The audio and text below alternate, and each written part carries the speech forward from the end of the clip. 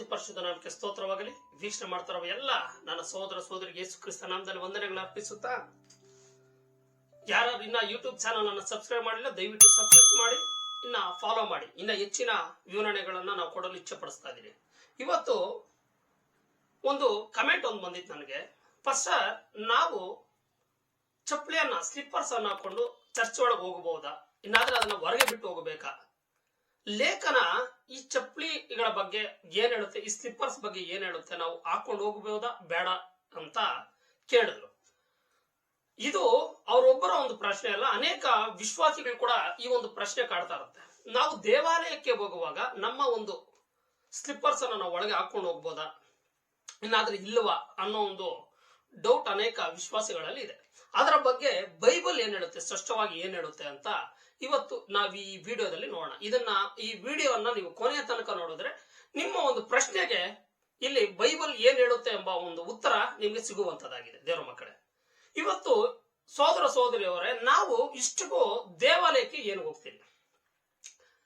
ದೇವರನ್ನ ಭೇಟಿಯಾಗಲು ಹೋಗ್ತಾ ಇದ್ದೀರಿ, ದೇವರನ್ನ ಆರಾಧನೆ ಮಾಡಲು ಹೋಗ್ತಾ ಇದ್ದೀರಿ, ನಮ್ಮ ಪ್ರಾರ್ಥನೆ ದೇವರಿಗೆ ಸಲ್ಲಿಸಬೇಕು ಅಂತ ನಾವು ಹೋಗ್ತಾ ಇದ್ದೀವಿ.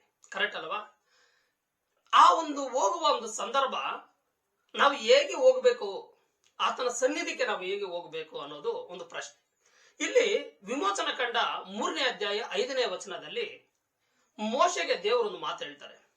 ನಿನ್ನ ಕಾಲಿನ ಕೆರೆಗಳನ್ನು ಅಂದ್ರೆ ನಿಮ್ಮ ಚಪ್ಪಲಿಯನ್ನು ತೆಗೆದು ಹಾಕು, ನೀನು ನಿಂತಿರುವ ಸ್ಥಳ ಪರಿಶುದ್ಧ ಅಂತ ಇಲ್ಲಿ ದೇವರ ವಾಕ್ಯ ಹೇಳ್ತಾ ಇದೆ. ದೇವರ ಮಕ್ಕಳೇ, ನಾವು ದೇವಾಲಯಕ್ಕೆ ಹೋಗುವಾಗ ಅಲ್ಲಿ ದೇವರ ಸಾನ್ನಿಧ್ಯ ಇಳಿದು ಬರುತ್ತಾ ಇಲ್ಲ.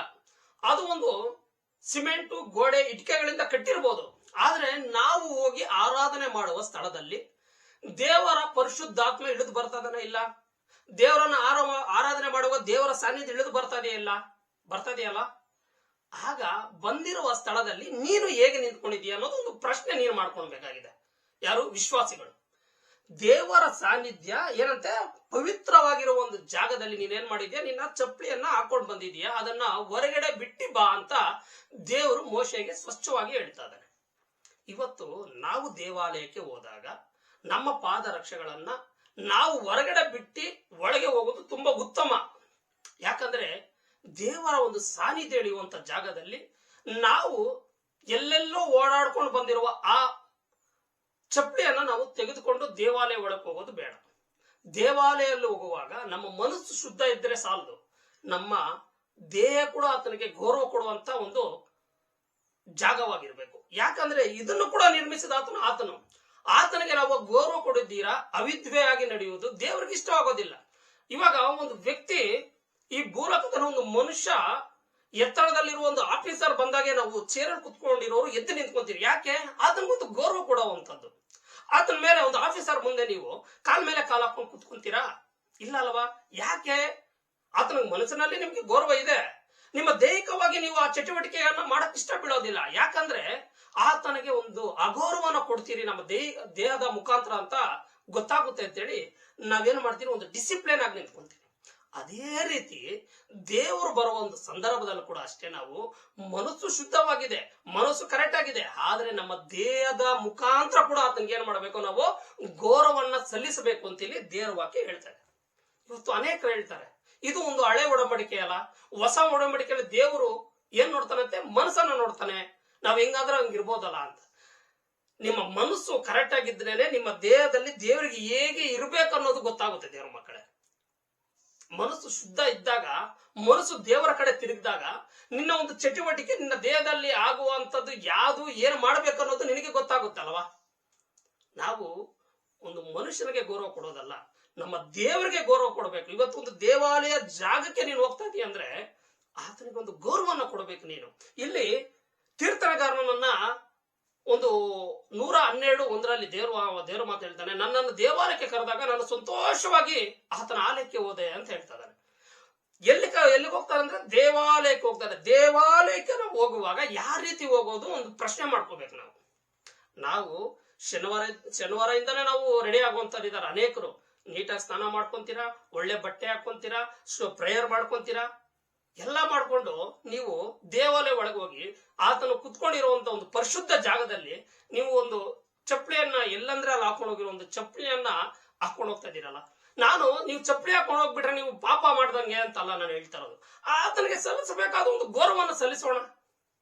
ಇವತ್ತು ಅನೇಕ ವಾಕ್ಯಗಳಿದೆ, ಫಿಲಿಂ ನೋಡಬಾರದು ನೋಡಿ ಅಂತ ಎಲ್ಲ ನಾ ಬೈಬಲ್ ಅಲ್ಲಿ ಬರ್ತಿದ್ವಿ. ಇಲ್ಲ, ಆದ್ರೂ ನಾವ್ ಯಾಕೆ ದೇವ್ರ ಮಕ್ಕಳು ಅದನ್ನೆಲ್ಲ ಚಟುವಟಿಕೆಗಳು ಮಾಡಕ್ ಹೋಗಲ್ಲ ಅಂದ್ರೆ ಅದೊಂದು ಪಾಪದ ಕೃತ್ಯ, ಅದು ದೇವ್ರಿಗೆ ಇಷ್ಟ ಆಗಲ್ಲ ಅನ್ನೋ ಒಂದು ಮನಸ್ಥಿತಿ ನಮಗ್ ಬಂದಿದೆ. ಆದ್ರೆ ಇವಾಗ ವಾಕ್ಯವನ್ನ ಅನೇಕರು ಅರ್ಥ ಮಾಡ್ಕೊಂಡಿರ ಏನ್ ಮಾಡ್ತಾ ಇದೀರಾ, ನಾವೆಲ್ಲ ಏನ್ ಮಾಡ್ತಾ ಇದೀರಾ, ದೇವರಿಗೆ ಅಗೌರವನ್ನ ಕೊಡ್ತಾ ಇದೀರಿ, ದೇವರಿಗೆ ಭಯಭಕ್ತಿ ಇಲ್ದಿರ ನಾವೇನಾಗ್ತಾ ಇದೀರಿ, ಮುಂದಕ್ಕೆ ಸಾಕ್ತಾ ಇದೀರಿ ಅನ್ನೋದು ನನ್ನ ಒಂದು ಭಾವನೆ. ಇಂಥ ಒಂದು ಪ್ರಶ್ನೆ ನಿಮ್ಮಲ್ಲಿ ಇದೆ ಅಂದ್ರೆ ಇದು ದೇವರೇ ನಿಮ್ಮ ಹತ್ರ ಮಾತಾಡ್ತಾ ಇರೋ ಒಂದು ಆನ್ಸರ್ ಅಂತ ನಾನು ಹೇಳಲು ಇಷ್ಟಪಡಿಸ್ತಾ ಇದ್ದೀನಿ. ನೀವು ಒಂದು ಬೋಧಕರು ಹೇಳಿದ್ರು ಆದ್ರೆ ಒಂದು ನಿಮ್ಮ ಚರ್ಚಾ ಒಂದು ನಿಯಮ ಇರ್ಬೋದು. ಆದ್ರೆ ನಾನು ಇಂದಿನ ವಿಡಿಯೋದಲ್ಲಿ ನಿಮ್ಗೆ ಹೇಳಿದಿರಿ, ಏನ್ ಹೇಳಿದಿರಿ, ದೇವರ ವಾಕ್ಯಗಳನ್ನ ಮೀರಿ ಅನೇಕ ಸಂಪ್ರದಾಯಗಳನ್ನ ಅನೇಕ ಪರಿಸರ ಆಗಿನ ಕಾಲದಲ್ಲೇ ತಂದಿಟ್ಟಿದ್ರು. ಈಗ ಅಷ್ಟೇ ಅನೇಕ ಪಾಸ್ಟರ್ಸ್, ಅನೇಕ ಬೋಧಕರು ಇವತ್ತು ಹೊಸ ಏನ್ ಮಾಡಿದ್ದಾರೆ, ನಿಮ್ಗೆ ಹೊಸ ಪದ್ಧತಿಗಳನ್ನ ತಂದಿದ್ದಾರೆ. ಇದನ್ನ ಮಾಡಿದ್ರೆ ನೀವೇನು ಆಗೋದಿಲ್ಲ, ದೇವರಿಗೆ ಇದೇನು ನೀವು ಅಗೌರವ ಕೊಡುವಂತದ್ದಲ್ಲ ಅಂತ ಹೇಳಿ ಅನೇಕ ವಿಧ ಆಚಾರಗಳನ್ನ ತಂದಿಟ್ಟಿದ್ದಾರೆ. ಹಾಗೆ ದೇವರಿದ್ದ ಕಾಲದಲ್ಲೇ ಇಂಥ ಆಚಾರಗಳು, ಇಂಥ ಒಂದು ಪರಿಸ್ಥಿತಿಗಳಿತ್ತು.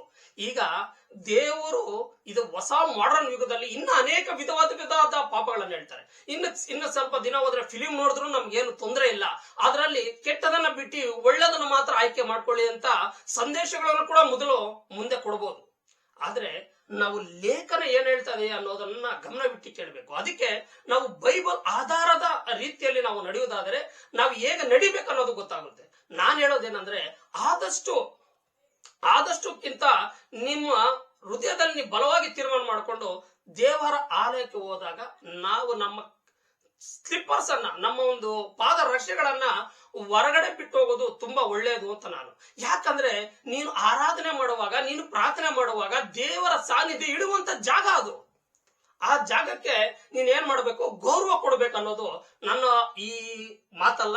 ದೇವರು ಈ ಲೇಖನ ಮುಖಾಂತರ ನಿಮ್ಮ ಹತ್ರ ಮಾತಾಡ್ತಾರೆ.